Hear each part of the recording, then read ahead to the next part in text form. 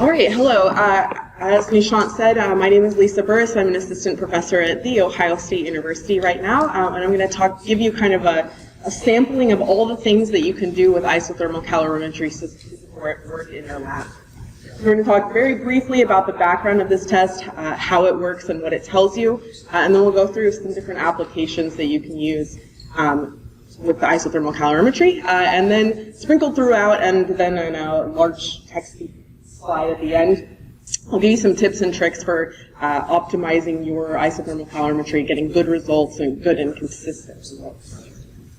Okay, so the basics of this technology, we have here the most typical calorimeter, the TAM-air calorimeter. There are other types of calorimeters, and I'm not preferencing the TAM-air, but I believe this is the most commonly used for cement. The way this works is that we have essentially a giant insulated cooler that's going to maintain, as well as it can, a consistent temperature within the box, hence the name isothermal. So we're maintaining that static temperature within the box. And then inside the cooler box, we have a reference, or our cell, a large metal block that's going to absorb heat, and within it we'll have our sample container and then a reference cell container. So when you put your sample in, the machine will try to normalize its temperature back to the set point. So if you're working at 20C, you put in a 25C sample, it will bring that temperature down to 20C. And it measures the difference in power required to do that compared to the reference cell, which should be a non-reacting but similar specific heat material. And so then we plot the power change, and with that we can see some information about how our cement is reacting and hydrating. So this test is based on this very common figure that we have from the Mindness textbook that shows the heat release associated with the reaction of cement and water or other materials in water. This curve shows you 5 different periods: the initial dissolution, the very low heat release during the induction stage, and then the acceleration and later deceleration of reactions. That curve is primarily based on halite reaction, so the heat release is dominated by halite in the sample because we have a much higher amount of halite, usually 60 to 70% in our OPC, compared to other materials. But we can also see with additional bumps in the curve, very long here. So we have a very smooth peak when we have a perfect C3S sample. We're going to start to see the evolution of additional heat release from other compounds when we mix in things like C3A or additional gypsum compounds. So what can we do with that information? Well, if you see our document, when this document comes out, we iterate all of these different applications. We can measure heat of hydration. It's the simplest and I think most common use of isothermal calorimetry. We can look at changes in hydration kinetics. It's just usually with addition of extra materials, so alternative cements, SCMs, admixtures. We can understand the overall changes in reactions that we'll see with those materials. So maybe we want to evaluate changes in setting time. We can do that with isothermal calorimetry. We can also relatively predict changes in compressive strength. We can measure activation energy and use that information to model compressive strength development in field samples. And then we can also, and the newest application and the one that's undergoing a lot of development right now is quantifying pozzolon reactivity with heat release. So here I'm showing an example of some plots from a paper we published in 2018 using calcium sulfaluminate cement. And you can see here the changes in hydration timing based on retarder dosage within that system. And then we also tracked VICAT setting time. And so you can see the relationship between the VICAT setting time grows in a similar fashion as the evolution of the heat peak curves. And so with this, we're able to see shifts in the major release of heat, and we can understand how our retarder is changing the hydration kinetics of the system. One thing that we were able to show in this paper is a pretty strong relationship between the time to the max rate of heat evolution and the time of set. And so you can create some curves that will help you predict other types of, or other amounts of admixture dosage. However, it is not as straightforward as it looks. So this figure is from a paper by Hughie and Wang in 2014. And there's been a lot of other work in addition to this seeking to link the heat of hydration curve with initial and final set. And so here I'm showing the initial set in these varying water-cement ratio paste and the final set with the yellow dots. And when I look at this, I don't really see a good pattern. Let's look specifically at the final set. Some of the final set times occur before the max rate of heat release. Some occur after. And so it's not as straightforward as you might think. You can just find that max heat release point on the curve and know exactly how your material is changing. There's been some suggestion that we can have a little bit more intense modeling and evaluation of the data. So we look at area under the curve or derivative curves in order to pinpoint where these reactions are happening. But I'll leave that to you to decide whether that works or not. So please refer to this paper if you want to learn more about analyzing your sample to predict setting time. Another thing that we can do with isothermal calorimetry is predict changes in compressive strength within our material and overall hydration. So here I'm showing a different type of curve. This is cumulative heat evolution over time. And so this is, again, the same paper looking at CSA and retarder dosages. And so there's a couple things that we see. First, even though we had such disparate hydration kinetics very early on, we can see that all of these mixes reached approximately the same cumulative heat. That indicates that they've had this approximately the same number of reactions occurring in the material. And so we shouldn't expect to see big differences in strength. However, we also see here the OPC curve, and so this is a point of caution.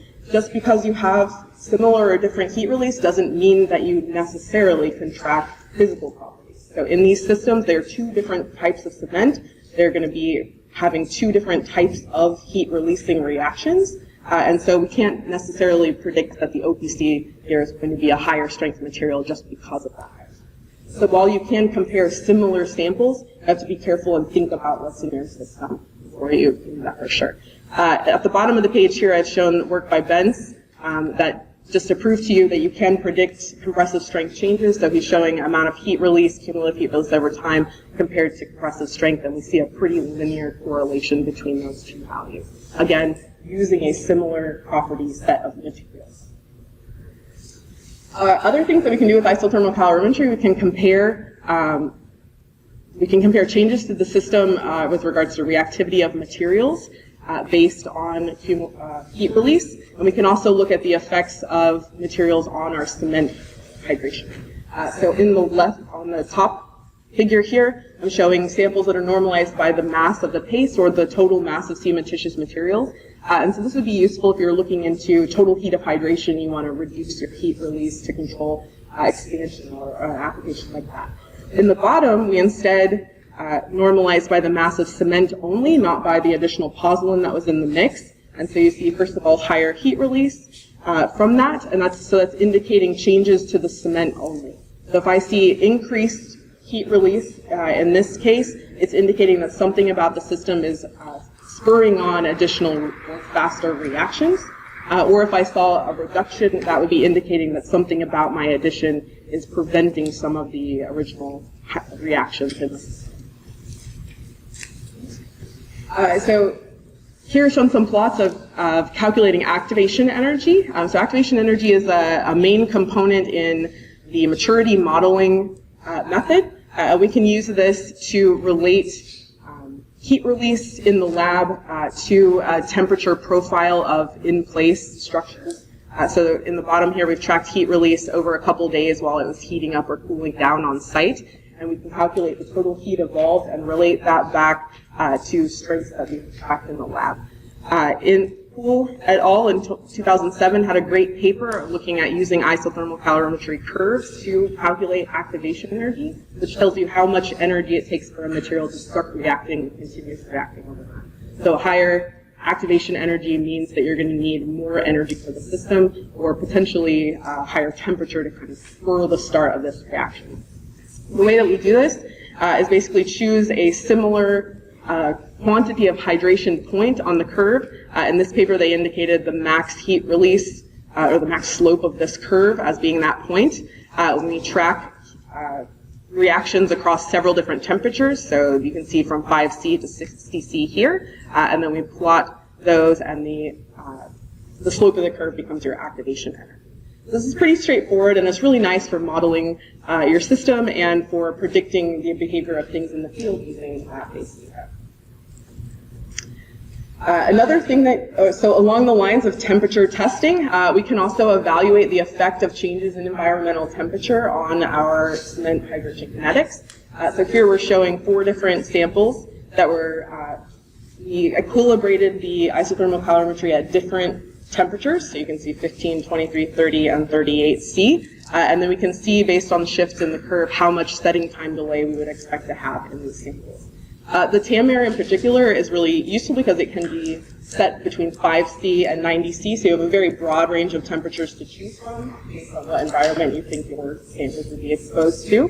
But another caution, some things that we want to be careful of with high temperature, especially calorimetry, is we're going to have very long equilibration times, so we'll have a large amount of data at the beginning of the curve that we just can't use because of the difference between the isothermal calorimetry in your lab set to 90C and the air, which is going to be at 23C. So you'll have a long time to equilibrate the instrument at the beginning. That limits your early age reaction tracking. And my tip would be to precondition your sample. So if you're testing something at 30C, put it in a 40C oven and then mix it quickly. That way it cools down a little bit right around 30C as you're putting it into the isothermal calorimeter. All right, and second to last technique, I want to recommend, Anul also suggested this with the STM, but the layering of techniques. Isothermal calorimetry can tell you a lot of things, but it can't tell you everything about your sample. And so employing multiple techniques with similar mix design and preparation can help you to really understand what's going on in your system. Here we're showing some isothermal calorimetry again of CSA paste, and also tracking changes in pH with that system. And so we can see that when we have the acceleration of the sample, we're also seeing a drop in pH, which can indicate precipitation or dissolution of other compounds within the system. So just overlay your techniques, and you can get more information on this. And finally, the current hot topic in isothermal calorimetry is tracking reactivity, specifically of supplementary cementitious materials. So shown here we have the R3 system, which it's a combined system of calcium hydroxide, calcium carbonate, and alkaline potassium solution in your pozzolan. It's attempting to make a standard pore solution so that we can have a really consistent set of results across a wide geographic area of labs. Once we mix the pozzolan into that system, it will begin to emit heat slowly over time. So we're going to run this at a high temperature, 40 or 50 C, depending on whether you're doing the R3 or the modified R3 technique. And you track heat release for 7 days or more. There's been some prolific Rylum publications on this technique that recommend minimum levels to, say, you have a non-inert material. I believe that's at 160 about joules per gram cementitious material right now. We can, again, by overlaying our technique, learn more about this material. So this figure was created by Jason Weiss and Weiss Ferneni, and they're using TGA and tracking of calcium hydroxide contents within the material to differentiate between pozzolanically reacting and hydraulically reacting materials using heat release with the calcium hydroxide contents. So this is a really cool and rapidly evolving technique. So if you've not looked into reactivity evaluations before, I encourage you to check out some of that. So I told you a lot about what isothermal calorimetry can tell you, so there's a lot of things that it can't tell you. This is the most common mistake I see in my students. It's almost every single student that runs the test will come back to me and have looked at this peak and said, I have an endothermic reaction occurring in my cement paste.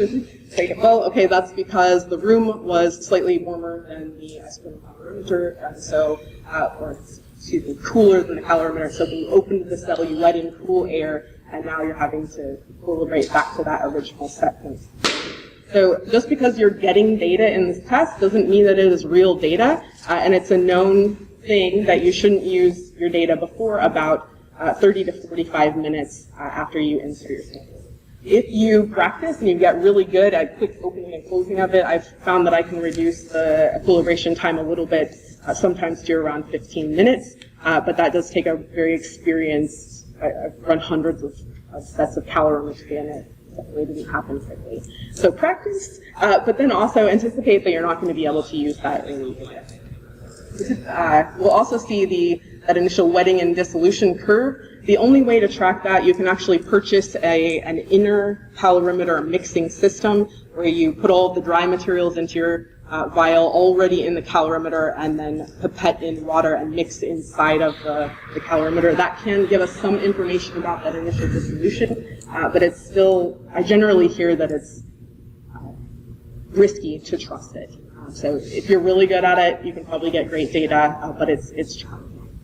One thing that's also difficult to track is reactions greater than 7 days. As we all know, we have a deceleration period and a steady state long-term slow heat release. So the amount of heat that's being released after 7 days just becomes quite low. And previously I had heard that you really can't track anything past 7 days. But last year, Wadso published a paper. He has some other papers too that I encourage you to check out on equilibrating your calorimeter and calibrating and all kinds of things. So great literature by Wadso. But he actually tracked samples up to 365 days and was able to measure heat release all through that period. So you can see here the total heat release for all of the materials, but one thing you may notice is some pretty large error bars and potential variability within that system. He also did that through a very, very well-controlled system. He had run 22 different measurements just to determine the baseline calibration coefficient for this system before even starting. I also just struggle with the idea of giving up my calorimeter for 365 days for next day's samples. So maybe if you have a lot of calorimeters, this would be something you could. But it is cool to see up to 365 days the paste still hydrating and still reacting and producing heat.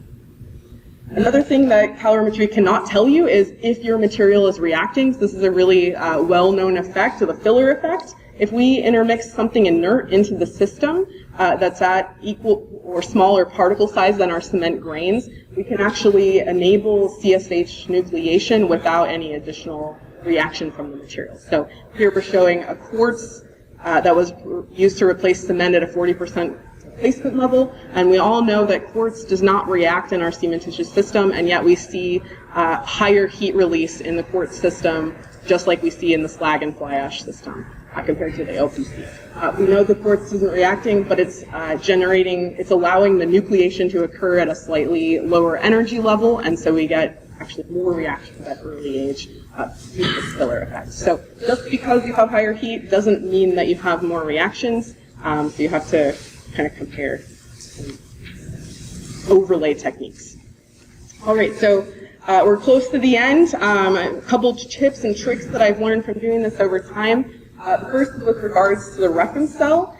This is some great data produced by my friends at Georgia Tech, looking at how precise you need to be in creating your reference. What I was always told is that you should match the material, whether it's water or sand, to the specific heat in your sample. This becomes very challenging, though, if you're running different water-cement ratios, if you're incorporating materials that you don't know the exact specific heat of. And so it's kind of scary, like, what are my results going to be? Am I going to get anything that's even relevant? And so what this shows here is that, sorry about that, even when we had an empty reference cell with a specific heat, nothing like the sample, we actually generate pretty consistent data across all of these sample sets. So if you have run something with the same specific heat, there's no need to throw out your data. There may be a slight deviation from what you would get if you ran a perfectly optimized system, but it appears overall that the reference doesn't make a major impact on heat release of the system. All right, and so this long texty slide I told you was coming up. Some additional tips to have good calorimetry: make sure you calibrate. I've been many places where the calorimeter hasn't been calibrated until I arrived. Like, it was years that people were running this machine. You still need to check up on the machine and make sure that it's generating the data that we think we're getting. So you want to run that calibration, which allows you to generate a calibration coefficient and relate the measurement of heat to the amount of power that the machine is outputting, make sure that those align. We also can remove our baseline so that we can understand if we're actually still generating low-level results over time. Also want to make sure to use appropriate size samples. I know that the Calorimex calorimeter uses larger paste samples, but in the TAM air with our little 20 milliliter vials, WADSO actually recommends using a smaller sample size, so around 3 grams. Larger sample sizes he found can reduce the amount of heat evolved because you're averaging over such a large sample. In my work, I typically shoot for around 10 grams of paste, but you also have to think about how much heat is being evolved by these samples. So if you're using a CAC or a calcium sulfoaluminate cement, you're going to be releasing hundreds of milliwatts per gram energy, and your calorimeter may not be able to measure that. So you're going to want to reduce your sample size in order to measure that, or if you're looking at 365-day tracking, you're going to increase your sample size to increase the amount of low-level heat release over time. I also encourage you not to use the glass vials because we can actually have a reaction between glass and some of our cement hydration products. And I've seen glassware in the lab etched when I was trying to measure pH and calcium content, things like that. So you could be creating additional reactions that aren't innate to your sample by using the glass vials. Okay, so I'll leave it at that because Nishan is waving at me that I'm over time. But thanks for listening to my spiel on calorimetry. And